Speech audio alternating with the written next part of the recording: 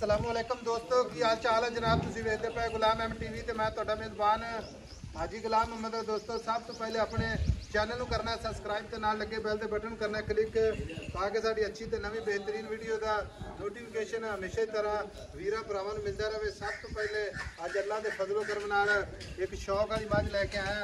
दूसरा सुआ सुई है, वाधे घाटे की गारंटी। उम्मीद करांगे जिन्ने मेरे वीर भरा ने सारे खैर खरीद होंगे।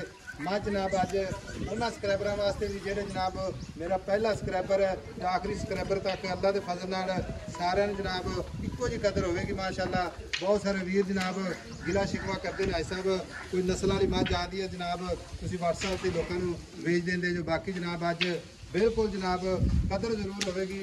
बाकी नस्ल जात कैमरे मेरे की नज़र है माशाअल्लाह। सोहना थान जनाब पूरा मुट मुट के गाड़ी पिछाड़ी कैमरे नज़र है। बाकी वीरां ने जनाब वो लोगों ने जेडे जनाब मझां का शौक करते हैं नौज लैके तो नास्तिक मझ लाजमी पढ़नी है जनाब। बिल्ली अख माशाअल्लाह निक्की निक्की सिंगी कन जिवें जनाब फल जाते हैं। बाकी जनाब पुत्र जगह ते खड़ी है, कोई वाधा घाटा नहीं, कोई किसी किस्म का अल्लाह के फजलो करम नाल माशाअल्लाह। एक गड्डी पुट्ठा पुट्ठा टाक चार शेरों मेरा कैमरामैन विखा रहा है अल्लाह के फजलो करम नाल। बाकी मझ नूं दाग पुराने लगे ने, कोई किसी किस्म का जनाब उन्नी भी नहीं होनी। अज हरियां गल्लां जनाब अल्लाह के फजल नाल नीली के बटन लगे ने माशाअल्लाह। बाकी सारियां गल्लां जनाब मालिक तो सांझियां लैने आ। किन्ने दिन हो गए ने सूई नूं, किन्ना मालिक जनाब इहदा मुल करदा है। बाकी जनाब नस्ल जात अल्लाह के फजल नाल नंबर 1 पूरी नीली अल्लाह के फजलो करम नाल। उन्नी कौड़ी का निशान कोई नहीं, पधरी मझ माशाअल्लाह। अस्सलाम वालेकुम जी। वालेकुम सलाम जी। हाल है ठीक ठाक ठीक ठाक। मझ आपकी घर दी है? हाँ जी भाई जान पहली गल सुनाओ जनाब। कोई मझ अपनी व्यापार की बना दे मझ 10 रुपया नहीं लवांगे। मां भी साढ़े को गई छड़न गई दरिया से। अच्छा वो भी तुम शाम आ जाना उनकी वीडियो दिखा देवांगे। सही है। कोई मझ अपनी बना दे व्यापार की मझ फ्री देवांगे। मझ फ्री दे? हाँ जी मझ फ्री देवांगे। पहली गल तो है ये गल। हाँ जी। नंबर 2 मझ अगर नीली दी कोई बंदा जनाब दा ब्लड चेक करा ले, कोई ब्लड चेक करा ले, अगर मझ 1% भी रवि निकले ना मझ फ्री दे दो। मझ फ्री दे मझ फ्री दे। बाकी अखा बंदे ने वेखनी पुरानी मझ मझ दाग पुराने लगे ने। हाँ जी पुराने पुराने बिल्ली अख मथे हल्की जी फुल्ली सफेद है। बाकी मझ पूरी की मझ वेखो ना दुन्नी ना कोड़ी मझ के पैर देख लो साढ़े ते मझ छिड़ती हैगी। फिर किंगरू सिंगे अख देख लो जी सब खुड्डा वेख लो बक्की वेख लो देखो बक्की लोग गया वेखो।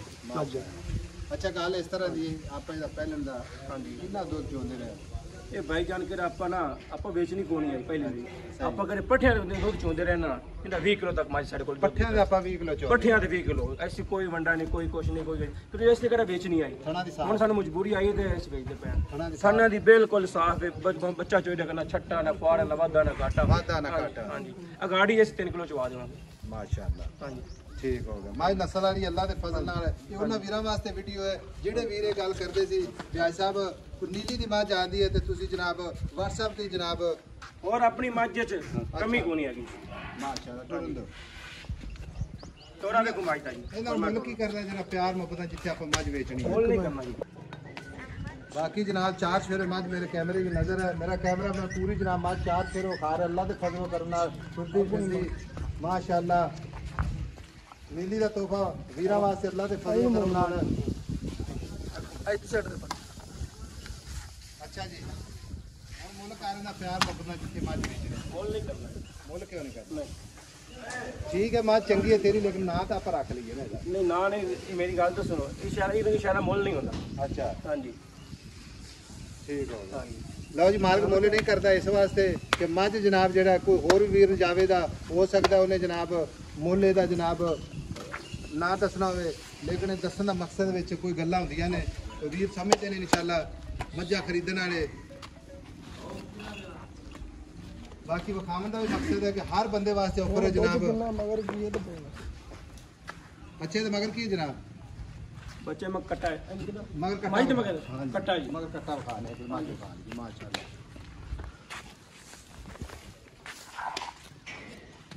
माशाअल्लाह।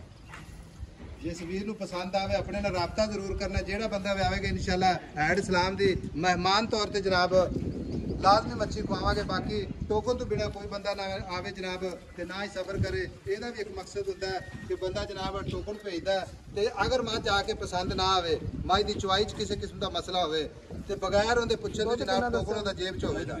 ਦੁੱਧ ਕਿੰਨਾ ਪਹਿਲੇ ਸੂਏ ਕਿੰਨਾ ਕਰਦੀ ਰਹੀ? ਹੁਣ ਕਿੰਨਾ ਕਰਦੀ ਰਹੀ? ਹੁਣ ਇਹਦੇ ਕੋਲ ਹੋਏਗਾ 17-18 17-18 ਲੀਟਰ। ਤੇ 3-4 ਦਿਨਾਂ ਦੀ ਸੂਈ ਹੈ ਸੱਚੀ ਬਾਤ ਸੋਈ ਹੈ। ਹਾਂਜੀ ਬਾਕੀ ਐਸੇ ਰੇ ਕਿੰਨਾ ਦੁੱਧ ਕਰੇਗੀ ਇਨਸ਼ਾਅੱਲਾ? ਇਨਸ਼ਾਅੱਲਾ ਐਸੀ ਨਾ ਇਹਨੂੰ ਅਗਰ ਤਿਆਰੀ ਕੋਈ ਦਿੱਤੀ ਜਾਵੇ ਨਾ 5 ਲੀਟਰ ਕਰਾਸ ਕਰ ਜਾਏਗਾ। 5 ਲੀਟਰ ਕ੍ਰਾਸ ਕਰ ਜਾਵੇਗੀ। ਠੀਕ ਹੋ ਮਗਰ ਕੱਟਾ ਵਾਧੇ ਘਾਟੇ ਦੀ ਗਾਰੰਟੀ। ਕੱਟਾ ਕਿਹੜਾ ਇਹਦਾ? ਆਹ ਫੜ ਅੱਛਾ ਖੜਾ ਮਾਸ਼ਾਅੱਲਾ। ਆਹ ਕੱਟਾ ਲੈ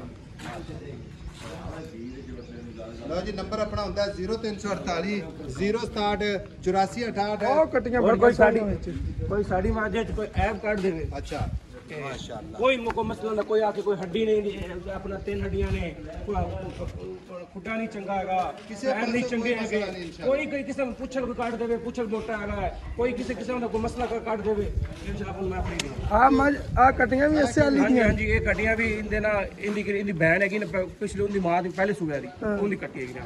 ਠੀਕ ਹੋ